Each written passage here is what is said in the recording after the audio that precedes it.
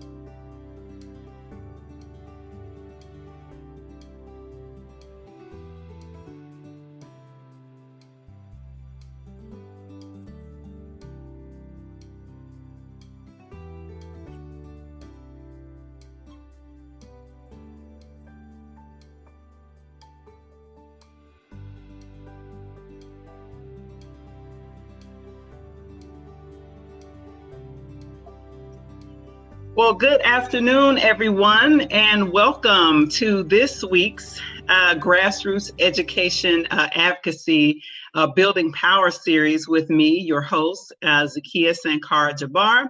And I am excited to be here again today to host this weekly show. And I have a wonderful guest here, Christina Laster. As you all know, there's a bunch happening right now with schools and schools deciding on reopening, whether or not to reopen, and virtual schooling. And so we just want to talk about this thing from a parent's perspective. And we want to talk about how are we making sure that parents and students' needs and interests are also being balanced in the scales of this discussion on how we move forward in this ever-evolving situation with schooling and how it will look here in the United States. So let me just share briefly a little bit about my guest today. Christina is the former education chair of the Southwest Riverside County NAACP in California. She's a former statewide community organizer for the California Policy Center. She's currently the civil rights activist and humanitarian. Christina Laster advocates for families nationally, and she is also a National Parents Union delegate and advisor. So we are excited again to welcome Sister Christina Laster. Christina, please share a little bit more about yourself and your background and what inspires you about the education justice movement. So my name's Christina Laster. Thank you so much for having me. I was born and raised in San Diego.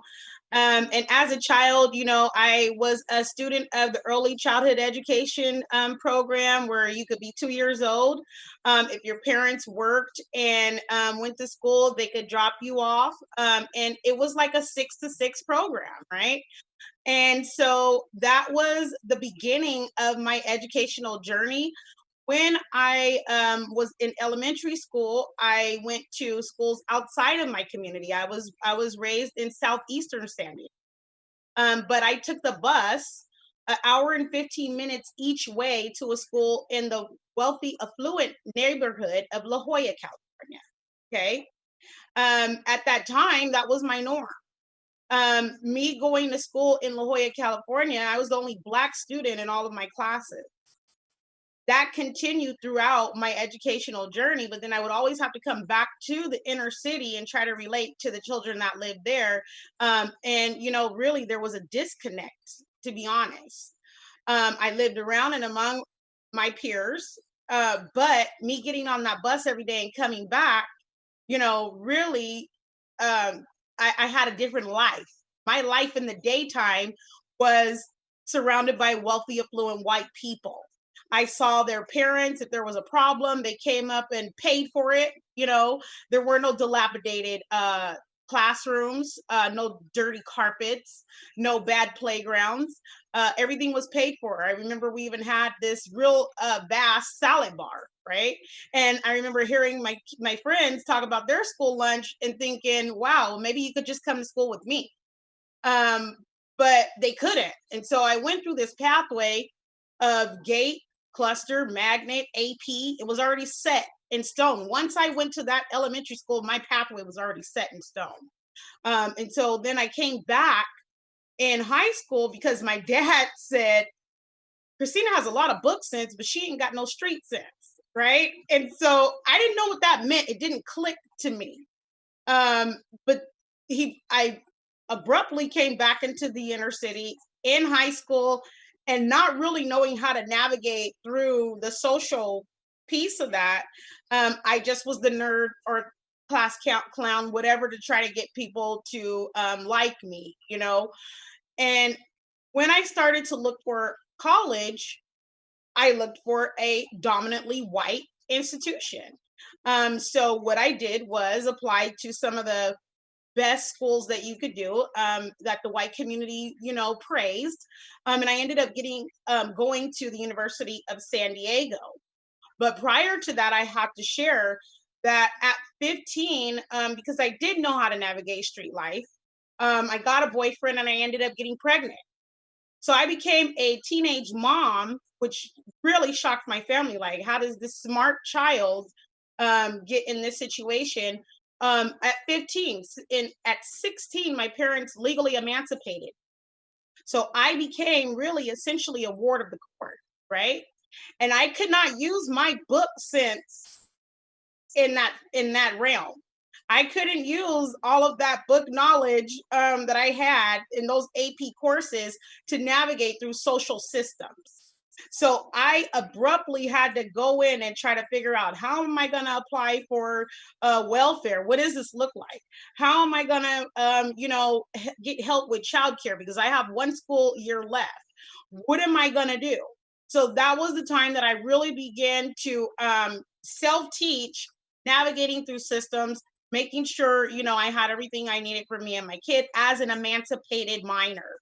And I would have to take my emancipation papers around and prove that I had jurisdiction over myself. But I knew that if I didn't, do that, then the courts could easily come in and take me and my kid and say, we have jurisdiction over you. Right. So I learned how to navigate through those systems just by, the experience. What I found was that there was even disparities in that. So when I, went to get help with childcare because I got accepted to this university, I was told by the system, we're not paying for childcare unless you go to vocational school or technical school. We do not help parents who are committed to 4 years of a university life. And so I thought about that, like, really? Here I am. I've made it all the way through this. I graduated early, did everything on the books, honor roll, AP, got into a university, had a 3.9 graduating with a kid. And the system's telling me, we don't help people like you. So I knew there was something wrong with that. Immediately what I did was, upon graduation, I started talking to some of my preschool teachers who had worked at that early childhood education program that I attended. They were now directors and supervisors. And they said, Christina, if you go and take your test at the school district in San Diego, we'll see how to help you get in with the child development centers. And so that's what I did. I went straight from high school to college and then working for San Diego Unified School District. And so, and I can't hear you. I don't know if you can hear me, but I can't hear you. Yeah, no, I just said, wow, that's a Right. that's a heck of a story, and I really appreciate you centering that, because you covered a number of different things that I think that we're going to talk about really in this Right. show today, particularly around parents who are at the margins. You were a parent at the margins. You were a young parent. You were a single parent, right? You're navigating all of these systems, and now we're in a moment. We're in a global pandemic, Christina.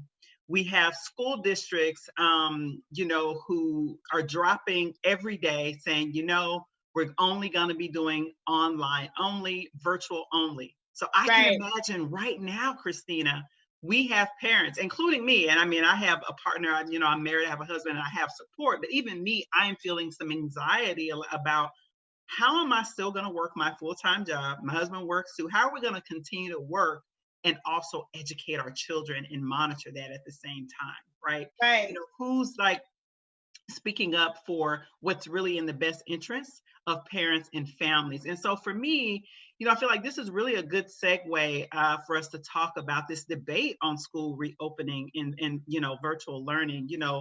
What would be your advice, right? Seems like you have a lot of experience. And what would be your advice, particularly for marginalized parents at this time, parents who are single, right? Parents who are parenting children with disabilities, parents who don't have a support system. You also say that, your parents emancipated you. So that also means you didn't necessarily at least have that support system. But I did have community support. I'll tell you that. Yes, let's do it. Let's talk about that.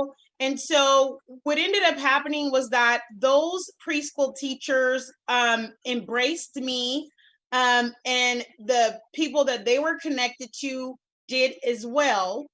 I had a school counselor that before I graduated from high school, her mom said, you know what, Christina, I will keep your daughter while you go to school. Okay. And so that school counselor was willing to invest in me. And that is what they did. And so I had some support from the unlikeliest places. Okay. And I am a faith-based person, so I believe that that was a divine intervention. I also, families that were saying, you know what, we're going to help you. As long as you're going to school and as long as you're working, your daughter can be safe with us. And I had also worked with this particular family that really heavily invested in me. Shout out to the Reyes family.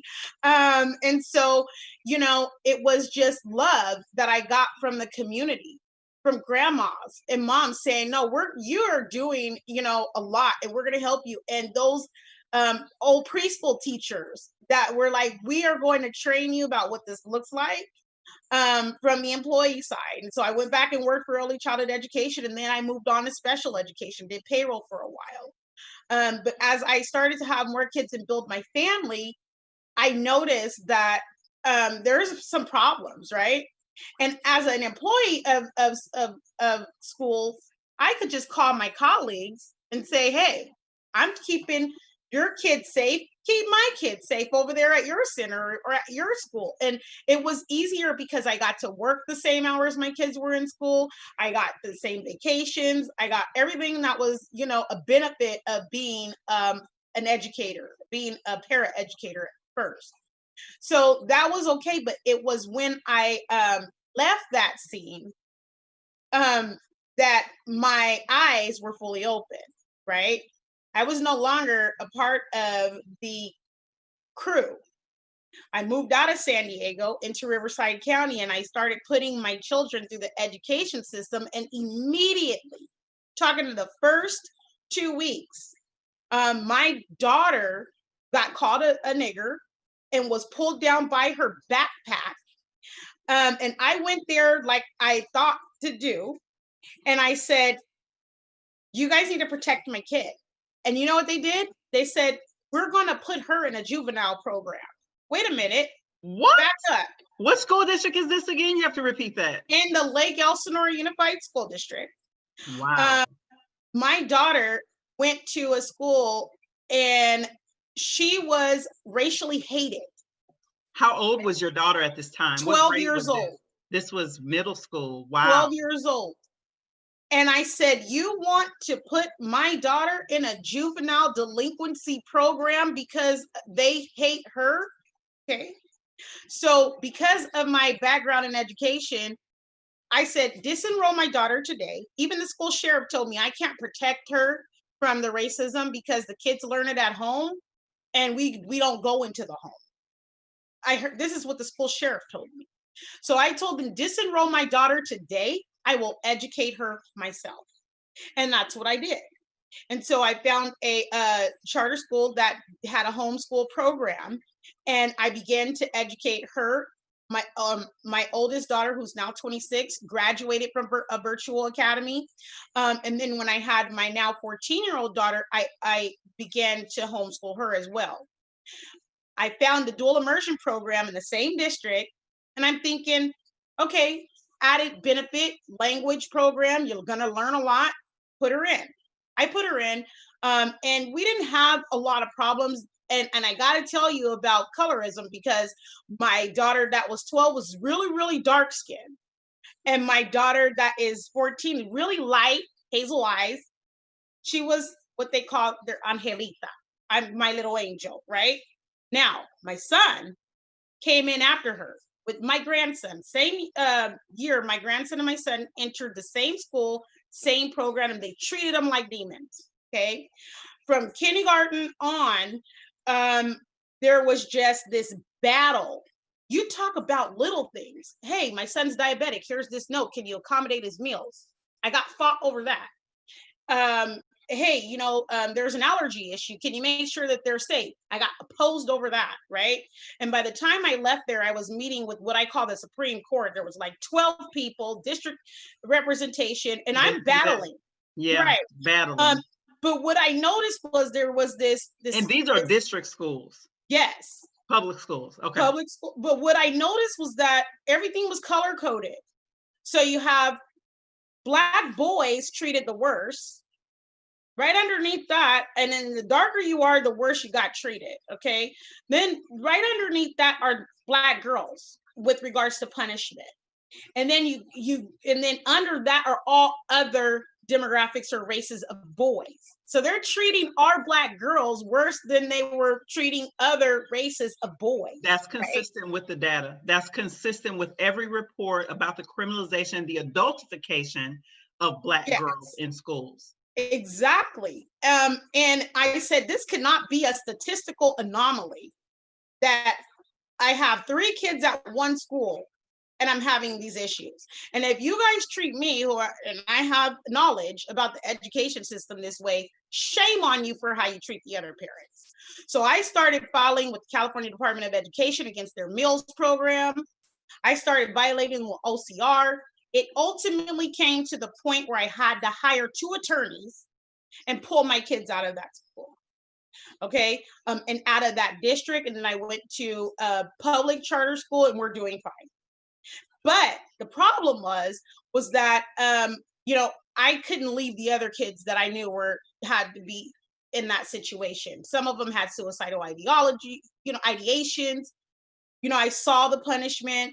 They had revoked my volunteer badge, you name it, everything to keep me from talking to parents. So I went back and started talking to the NAACP.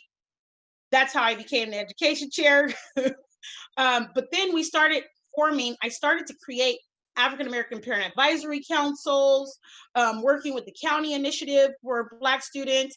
What can we do? But when I saw that the system didn't have urgency, that's when I took my fight to a different level, because this kind of stuff should not take 3 to 5 years to implement. Our kids do not have 3 to 5 years. And that's my frustration now, Christina. I'm so glad you said the word urgency, because we're living with that right now. There is no urgency to make sure that even during this pandemic, that the needs of children and families are still met educationally.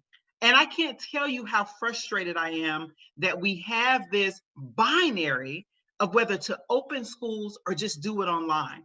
Obviously, right. We see that national teachers unions have been filing lawsuits to stop any kind of in-person school, any kind of education in school, and they're pushing locally and in states to only do this online. And I think that's very unfortunate, because it's being framed as a pushback on Trump, because unfortunately we don't have the leadership we need from the federal government, and the president and the Secretary of Education have, in my opinion, irresponsibly made the mandate to open schools, but have not also produced any kind of resources and supports to really be able to do it in the safe way that we really need them to do it. And so it's also become political insofar as the teachers union has used that to their benefit, to say, well, we just need to be just online. But then we're like, hey, but wait a minute. Oh, parents over here, we have something to say. And the students are like, oh, wait a minute. We got something to say, right?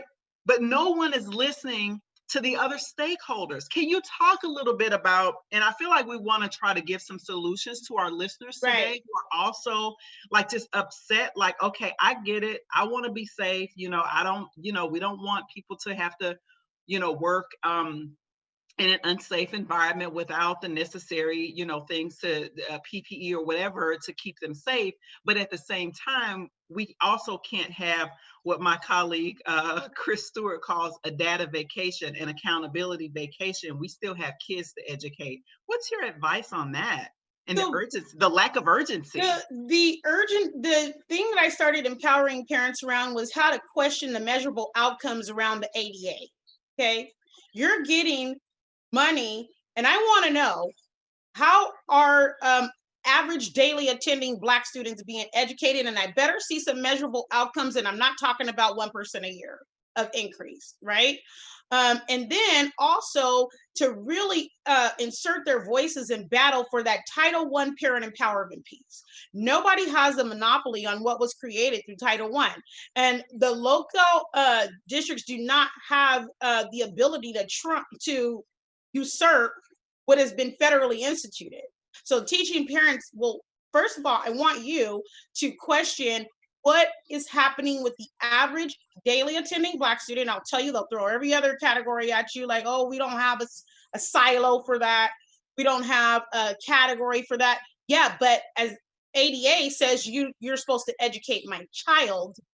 I want to know where your per pupil spending is going. And I don't care if I have the public records request that, right? Open records request, whatever they call it in your area.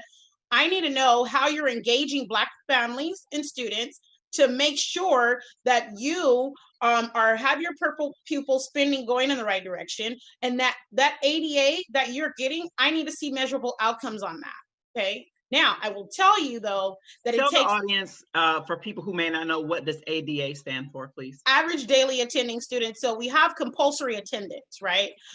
Really, there is no constitutional guarantee to an education, but compulsory attendance makes it mandatory that your child needs to be enrolled in a standards-based education program, whether that be a private school, whether that be you homeschooling and doing a private affidavit, whether that be the local traditional district school. So with that being said, there is funding that comes along with the bodies that they have in the seats. And I will tell you that they cannot use our kids like the new cotton, okay? So say that again. Our so children, ADA and the per pupil expenditure and connecting that to using our kids as the new cotton, that needs to be unpacked, Christina, because I think that's triggering and people want to know, what does that mean? That means that you have unions negotiating what the teachers are going to do and what they're not going to do. And none of it has to do with our kids. It all has to do with adults. You have these negotiations taking place over how spending and funding is going to be done. And none of the parents' voices are inserted in that. So therefore, how do they even know what our kids need? And don't tell me you did a survey, Title I survey, because I don't want to hear that, right? What it means is that our voices are not inserted. The needs of our children are not being met, and the needs of adults are constantly being fulfilled. You cannot use our kids as a funding source, for your pension plans, for your retirement security, enough. Okay. And we can see, if I ask this question, which I ask when I go into parent groups, do you know 5 Black children, including yourself, your aunt, your grandma, whoever, who have made it through the public education system without any problems? Nobody raises their hand. How about 3? Do you know 3? You got to know 3. How about 1? Nobody raises their hand. And so I tell you, what we have here is a generational, perpetual problem. And until we push back in a different way, we're going to continue to get that cyclical thing. And so it comes with shifting our mentality. We're the ones that have to enroll our kids. We're the ones that have to drop them off. We're the ones that have to subscribe to the system or unsubscribe. And so what is that going to look like as a solution? Well, that's going to vary from household to household, right? But they cannot utilize our children as the new cotton and not create results. And not create actual metrics and outcomes that are positive, meaning that our children are not getting to 12th grade and we suddenly find out they're illiterate. I think that is a tragedy, and it is something that unfortunately is still happening in 2020. So continuing, on that theme, I feel like, and I've been hearing rumblings of this, right? I am connected to people like yourself, Christina, all across the country, parent organizers, student activists. There's a move for police-free schools and taking that police money and reinvesting it into actual, education, whether that means hiring more counselors, like the counselor who supported you when you so needed it in school. And then the other piece is also, people are also bubbling up with this idea of community control, right? So briefly, I'll share with the audience that one of the largest teacher strikes actually happened in New York City as a result of Black parents, Black and Puerto Rican parents, pushing back and saying, you're not educating our children. We want community control. We want decentralization and actual power over what our children are learning, who's teaching our kids, and who's the leadership in the building. Is this a time that we can be thinking more creative? I mean, hearing everything that you just said, I feel like this is a time that maybe, right, we can start pushing for this idea again of community control and decentralization of education. And I'll give you one example. I saw in LA last week, they're already organizing for this. LA Unified was, I think, was the first district to announce that they were going to be fully online, at least I believe for the first semester. So and this obviously, you know, not fully input from the parents who are at the margins that we're talking about on this show today. And there is a small community of people who are saying, well, this is a time that you hear people saying defund the police. Maybe we need to be advocating for our per pupil expenditure to educate our own children in South Central LA. What's your thoughts on that idea? I think that that's absolutely necessary. First of all, the community has the pulse of what's happening in the community, right? A lot of the people that come and work in these spaces don't even live in the locale of which they serve the students. Okay, the community is representative of the very people that have to be in that space. So when we're talking about funding, first of all, I got to touch on an area.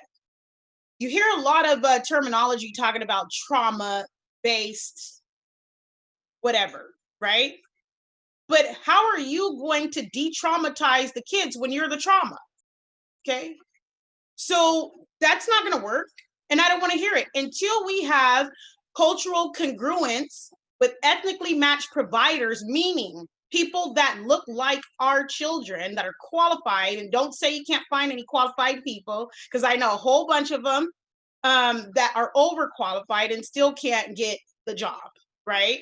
And so we have to push this from the community, representative of the children in our families and households, in our neighbors. It does have to be a community push, especially for that cultural congruence with ethnically matched providers.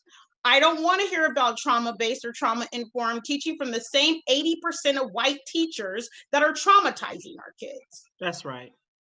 That's right. And I think that's right. I'm sorry, I have to mention this because this is something that I have been watching. The teachers union has successfully, in most cases thus far, fought for virtual only online education for their safety. I have not seen the same level of union solidarity for other mostly Black and Brown essential workers, from transportation workers, the amalgamated bus transit and train transit, which is mostly Black and Brown folks. I haven't seen it from grocery store workers who are also unionized. And these are also parents who have kids who need an education, and they're also essential workers. I just haven't seen this idea of pushing for universal basic income, like pushing for things that we would need to really support the people who are going to be at the margins, or who are already at the margins economically disenfranchised. And I can't help but think, like you said, you pointed out the teacher demographic, that most of the teachers are white in this country. That's why I said they can't use our kids as the new cotton. As the new cotton. Right. And so you have this history with the union that they, even in the beginning, didn't even want Black people to be unionized, right? Black people had to create their own unions. You have this tumultuous history that people don't understand with the union. And now you have this union fight for what they want, okay, what they want, but it's not really representative of our cause, like you said. Right. Okay. And so we have to be very cautious of them coming out with their rhetoric and their narratives and their false creations of stories that sound good, what I call myths, and sales pitches that go out every day, right? To brainwash people, if you really want to be honest, because there's a lot of people that buy into what they say when there's no action behind them when it comes to Black and Brown people. Okay, so you can be posting as the union, California Teachers Union Association just did this in the Educators magazine that Black Lives Matters, but until you show it reflective in who the hiring practices, and not just hiring practices, retention, right? Let's talk about that. Retaining those Black educators, then I don't see the fight for any of that.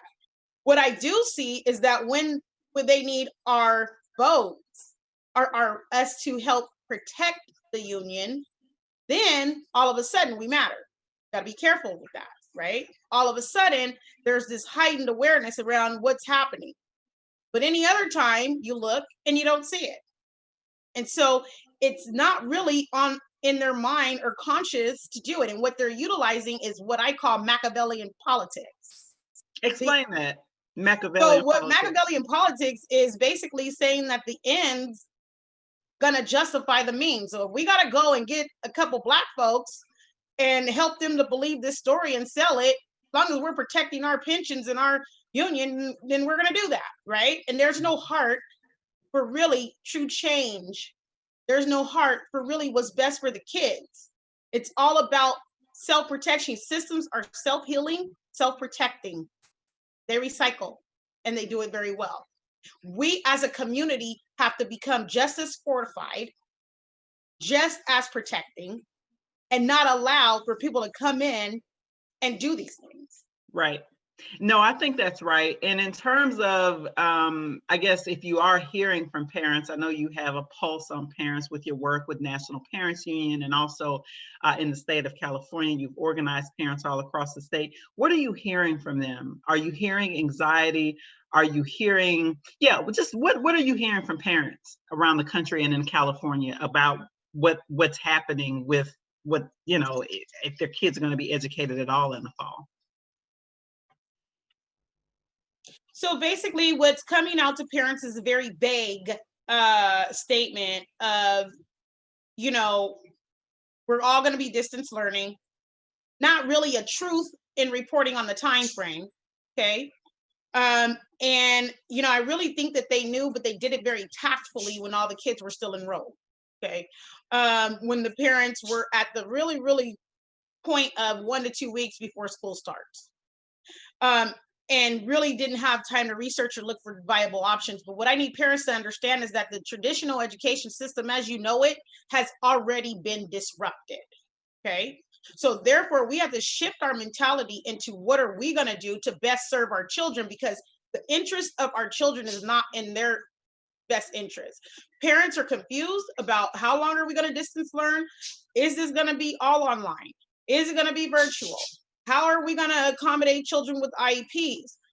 We got the Black parents were already mad before, that we're asking for equity in resource allocation. Cultural congruence with ethically matched providers, still fighting that fight, saying you haven't even acknowledged the fact that you weren't educating our kids before COVID. Now here we are going on a distance learning plan and it still doesn't include us. What are you guys going to do about that? Districts are silent. And I'll tell you why they're silent, because they're behind the scenes making sure that the unions are negotiating that collective bargaining that's going to ensure that the hours and the jobs and everything else are to a T, while parents are sitting here trying to figure out what's going to happen to my kid. Are we going to use Google platform to, what are we going to use? And that silence should be an awareness and a red flag, right? Because if we're talking about educating children and there's no answers on how you're going to do it, then I would have to think about what can I do? How can I make sure that I effectively see, because I educate my child? And what is that going to look like per family? I do realize that there are some families, especially in marginalized communities, what I call ill-served communities, because it's marginalized by creation, by design. Historically looted communities, that's what I call them. Malcolm X said it best. He said, we are basically pushed into poverty, right? Pushed into crime, like forced into this, right? And so when you talk about, families that are single, and I'm a single parent household, and when you talk about that, what is that going to look like? Well, it might look like the fact that your child has to receive an education at different hours, as long as it's collectively those amount of hours that you need. But how about splitting the day, right? You have to go to work. Maybe you do 2 hours in the morning, 4 at night, whatever is best for your family. How do you share responsibilities and roles? Is there another parent that you can link up with and you guys take turns? You teach math, they teach science, right? You teach English language arts, they do history. You have to start building those collective relationships in order not to give your power up to people that could care less about you and your children. And so essentially you're describing homeschooling. And so you have been a homeschooler, and I think this is a good time. And we're going to be taking some questions from the audience. We have a question here I'll ask you here in a little bit. But in terms of homeschooling, right, I can imagine there's a lot of anxiety around that. Particularly because you've already talked about the generations of trauma that we've received from traditional education in this country. And so there's a lot of folks who've been miseducated and undereducated, right? So there's probably parents, I would say probably particularly of high school and maybe even some middle school students that are probably traumatized about algebra, trigonometry, calculus. I don't know how to help you. How am I supposed to teach you? You know, like, or even some things around English language arts or science, you know, because they were also miseducated or undereducated in the same systems, you know. Then how can parents like that get support to make sure that their children are learning what they need for their next transition or college or whatever, whether it'll be like work or some kind of apprenticeship? What tools and strategies would you offer for parents who may feel like they can't actually help their children with their work as a homeschooler? You know, and I want to say that there's a lot of what I call freedom schools, right? People that are offering certain aspects of things like the math enrichment, the science, right? Getting a database, and I'm actually working on getting a clearinghouse together of what that information so parents can have it. And I know that homeschool is not the only option. But what I can say is that for parents that have their children in the district, you need to be asking out what can be contracted out, because we know you guys aren't going to do it all, right? Especially if your child has an IEP, they cannot implement it with OT and different things like that. What can you contract out? Because my child still needs to meet the goals on this IEP.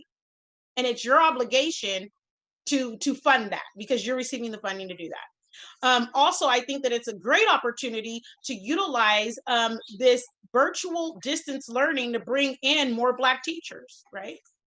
So there shouldn't be an excuse now. Districts should not have an excuse about why they can't bring in more teachers that look like the students that are being served. So if you are going to be in that distance learning program, can you ask or demand that the district resolve to allow other culturally congruent, ethically matched providers to come in and now teach some of these classes, especially when it comes to ELA and history? Because those have been dominated by people that do not look like us, and that sets the narrative where children can't identify with who they are. So I think that that's one solution. Now, do I have a one size fits all answer? No, I don't. And a lot of parents have asked me for that. I'm gonna be honest. Like we just need a solution. This is not a cookie cutter recipe, because if I did that, I'd be just like the district. I want you to know your child's learning style, their modality of learning. What is their weakness? What is their strength? Even if you're the parent that says, well, all I could do is staple papers. Well, you know what? You get with another parent that know how to put together packets. You staple them papers and you guys got a team. Okay. Somebody run them off, somebody staple them. Whatever that may look like, you know, at meeting people at their level. But you can't wait to give demands to districts and wait 6 months, 3 to 5 years till they roll them out. Yeah, so that's so for me, in terms of thinking, waiting on the districts to hire more Black teachers to implement virtual learning, I think to your point, is something that even within the teachers union kind of context, they will be the first, the last hire, first fired kind of thing. They wouldn't have seniority. And so once, if ever, so-called traditional school returns again. I have my thoughts on whether that actually, I don't think so. I don't think so either. And so we're not even talking about that. I don't think, and I think that you're right, that teachers unions are negotiating behind the scenes, and families and communities are having zero input on what this is going to look like during this pandemic and even after. And I think that's something that's extremely concerning. It's something that is just extremely wrong in so many different ways. But in terms of how we can, I believe, push some action now, in terms of at the federal level, there is in the Senate, the CARES Act is sitting there idle. And perhaps we can be putting pressure on our own legislators, senators, to say, school districts and unions have fought for virtual only. That's not going to work for my first grader. I'm speaking for me personally. We're unenrolling her, and we're actually going to hire a friend of ours, because we have a friend of ours who's a former kindergarten teacher in DCPS. He's going to teach her and work with her one-to-one. That's a cost to us as a family. What about an education stipend, either from the district, either from the state, or from the federal government, a direct payment, almost like universal basic income, but a direct education stipend to families to hire the educators that we want to educate our children. If we want a retired Black teacher, or a teacher, who's African American, who is a part of our community, and we want to pay them to educate our children, then what about an education stipend? Can that also be a part of some kind of plan for families who have to now, figure out how to educate their children, because virtual learning is not, it's just not congruent for a kindergartner or first grader, second grader, third grader, probably even fourth or fifth grade either. I mean, right. So I was going to say K through 12. So here's my thing. Yes, talk to your local legislator. Make sure that you push for that, funding. Okay. Now, is that going to be a fight? Of course. Of course.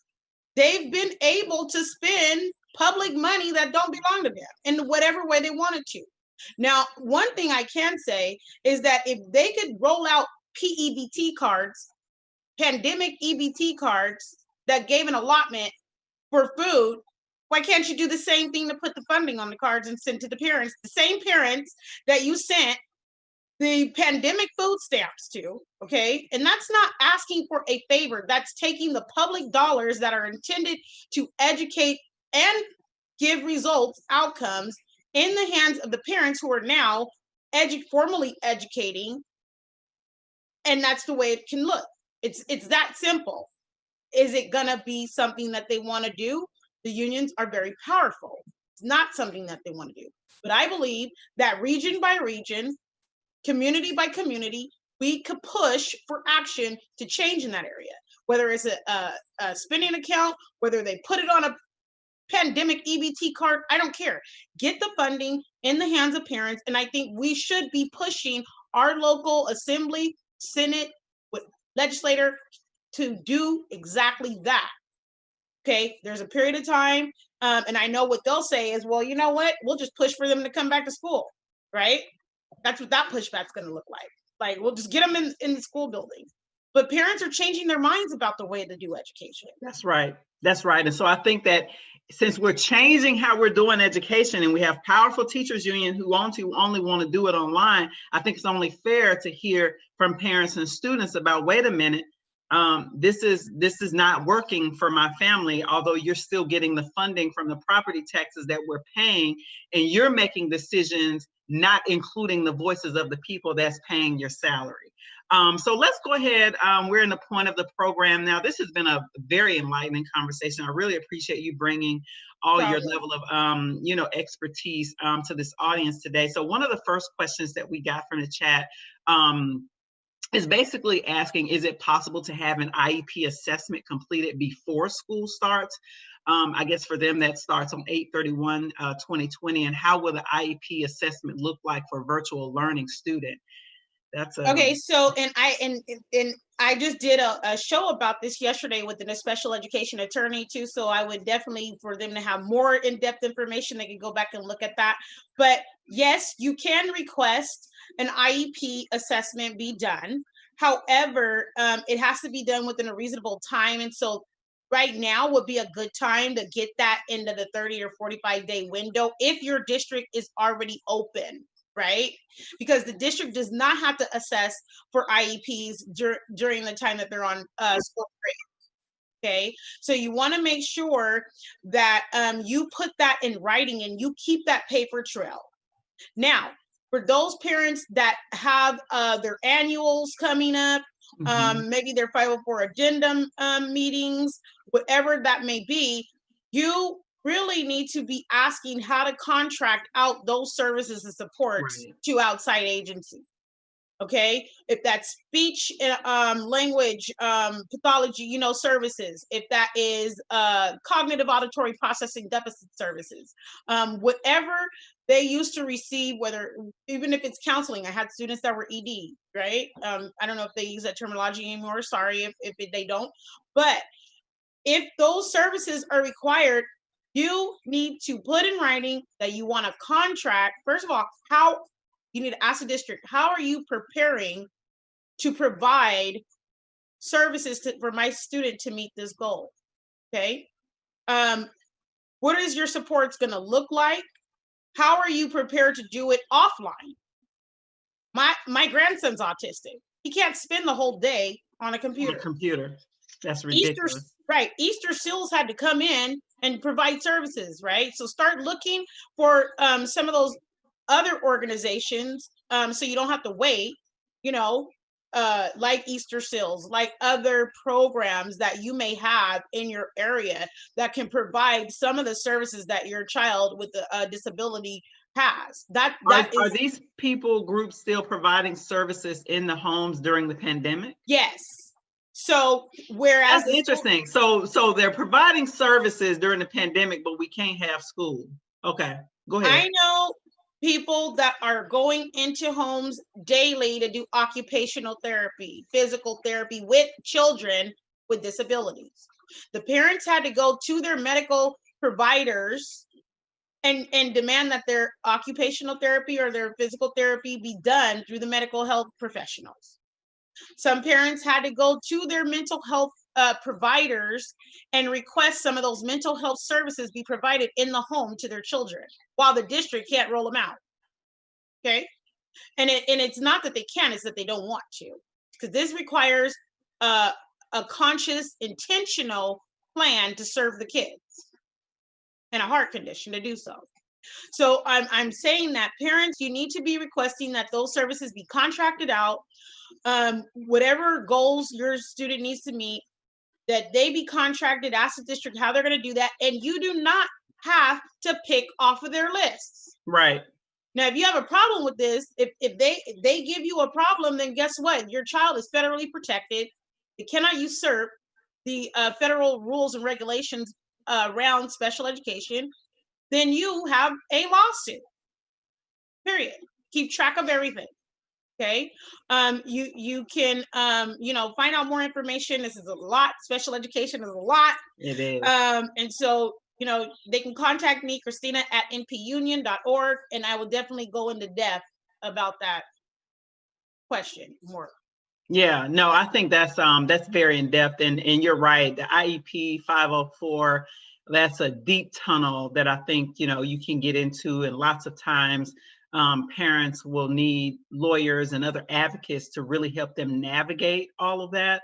So I really appreciate you taking a stab at that question and also sharing your email for that person to be able to contact you directly Yes. to learn some more tools and strategies. But I think I heard you say, and I just want to make sure if the person is still listening, that this is a good time for them to get the request in writing.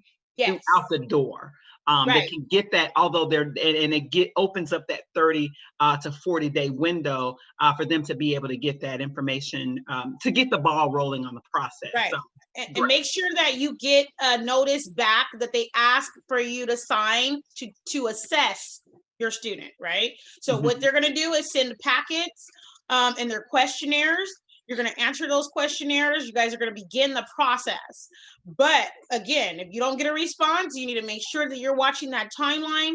If the district is not open, then you have to wait till they open and get that letter. Make sure you keep a copy that has that date and that time on there that you sent that in.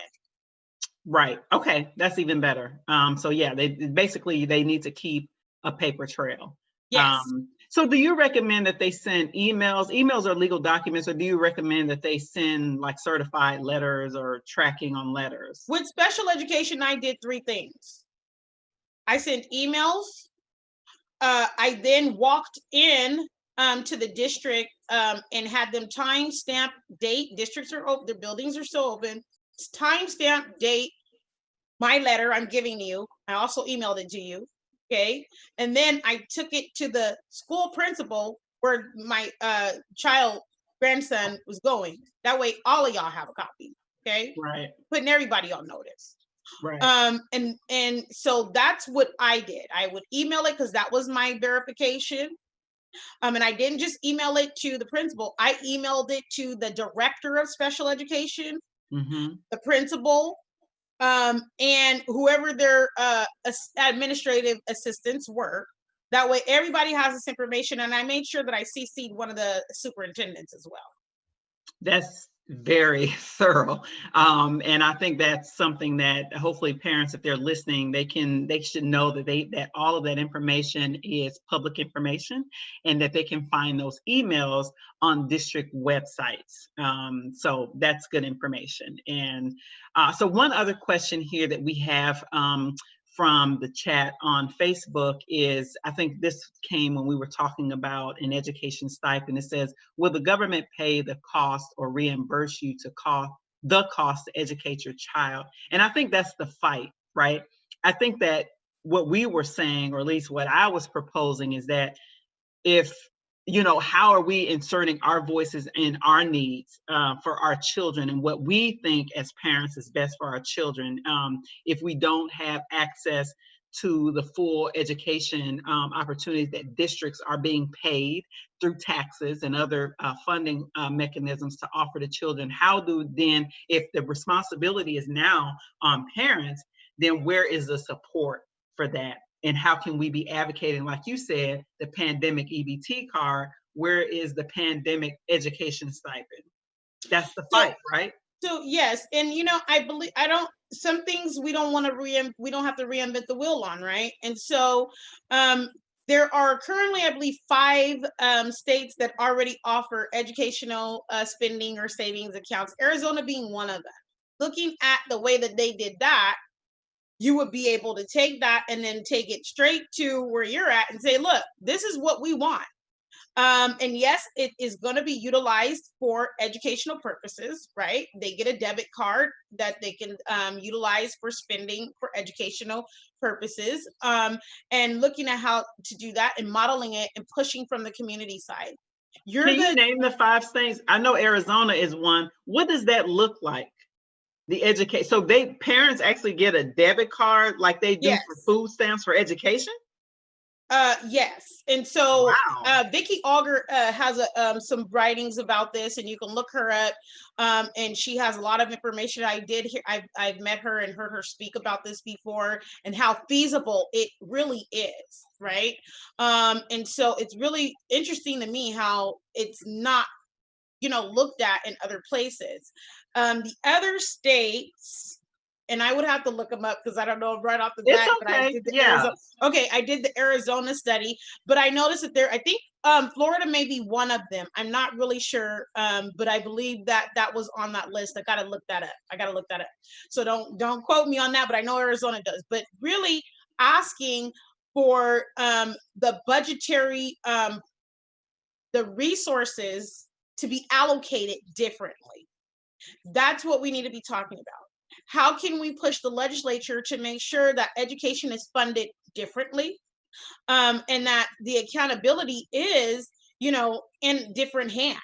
Because right now the districts have a monopoly on how that education funding goes. Right. Matter of fact, here in California, it was during the time that here we are, trying to figure out what our schools reopening is going to look like. And they come out with the Senate bill saying that any students that disenrolled and enrolled in different districts will not be funded in the new the new areas that they did. So if they enrolled in a public charter school and they enrolled in a different district, whatever, if the parents disenrolled their kid and they weren't enrolled in another program by February 29th, those kids will not be receiving the ADA to where they're going. Wow. That's still system protection, right? And so, there's so many different ways and things that we could do, but just pushing for that funding. Special education parents, you need to be pushing for those services to be contracted out. Wow. Cannot wait. Right. Parents that are not in special education, we need to be really looking at how to collectively demand, our students have the funding, like through that PEBT card. I don't care if we got a phone bank and call them every day, right? It needs to come back in the hands of everyday. Yeah, it needs to come back in the hands of everyday families. I completely agree. I think there's some disagreement from folks in terms of asking local districts who, in some areas, not all areas, but in some communities, local districts are already cash strapped because schools are funded by property taxes, right?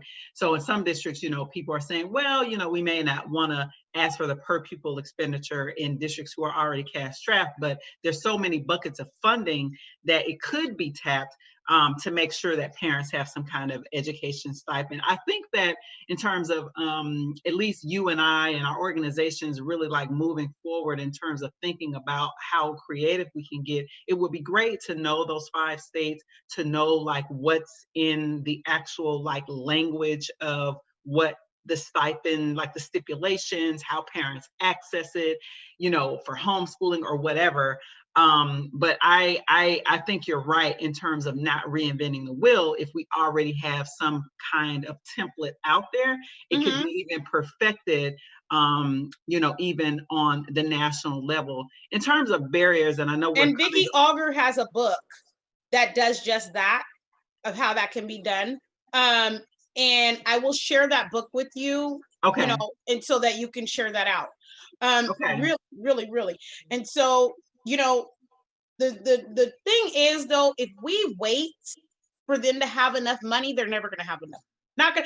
We're not going to be able to wait or help them solve their fiscal insolvency. And our kids are not meant for that purpose, right?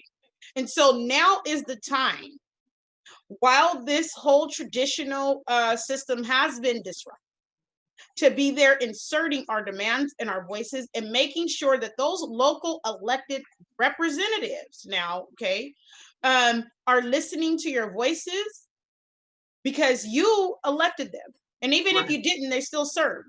Right. So going to whoever that may be, city council, whatever, and saying, we demand the funding come back to the parents that need it. We demand that the working parents have a way to receive extra resources for childcare, tutors, whatever that may be. And if you guys have to be the ones to put the pressure on the districts, then do your job. We elected you. Right. No, I like that in terms of, some quick, so we're coming up on time here, and I want to allow you, I guess, to just add some, closing thoughts, and also maybe some encouragement for parents who are feeling anxiety around what's coming up, and how their children will continue to be educated. So some encouragement, particularly for parents who are now considering homeschooling, maybe some tools that we can later drop some links into this chat in terms of tools where parents can reach out to for people who've been doing homeschooling for a very long time. Maybe this is, and nothing is free, right? So a lot of these homeschooling collaboratives, there's still a cost. So I still think the idea of pushing for an education stipend is still on the table. Yeah. So closing thoughts of encouragement for parents? So my encouragement is this. Have mercy on yourself. You've been taught to follow a traditional calendar. In my home, we understand we don't follow the traditional calendar. And everyone says, what do you mean by that? Well, the timeframes and guidelines and rules and regulations behind all this traditional let's get up at 8 and school from 8 to whatever. You better do this by the time you're 15. We don't do that. And so that takes a lot of pressure off of your anxiety to push for what needs to be done in a certain time frame. Okay. Who created that timetable? Right. Who told you that you had to do that? And so I really admonish you to do the very best that you can with what you have day by day, moment by moment, and not to feel that pressure and constraint of those traditional calendars and timetables. And that's how I started to really be successful with educating my children from home. Thank you, Christina. How can people reach you if they have some more questions for you or just like to follow you and your brilliance? How can people reach you? So I have a page on Facebook called Wise Society, WISE Society. Also, I'm on Twitter. Got to remember, my daughter helps me sometimes. So I have my Twitter account that is Christina Last 3ER. No, last 3R. Is it last 3R? Sorry. And then I have my Instagram, which is 365wise. You can also email me, Christina at npunion.org. I'm a National Parents Union delegate and advisor, and I'm always willing to help and support, answer questions any way that I can. Thank you so much for your time and having me. Thank you so much for being with us. This has been very knowledgeable. I appreciate you sharing all of your brilliance and expertise.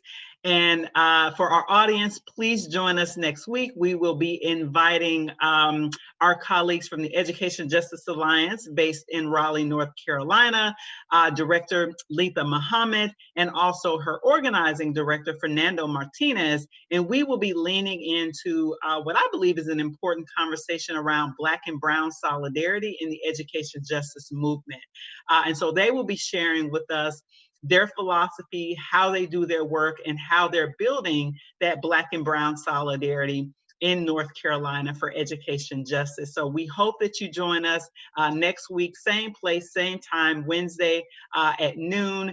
And we're looking forward to seeing you then for another episode of Grassroots Education Advocacy with me, your host, Zakiya Sankara-Jabar.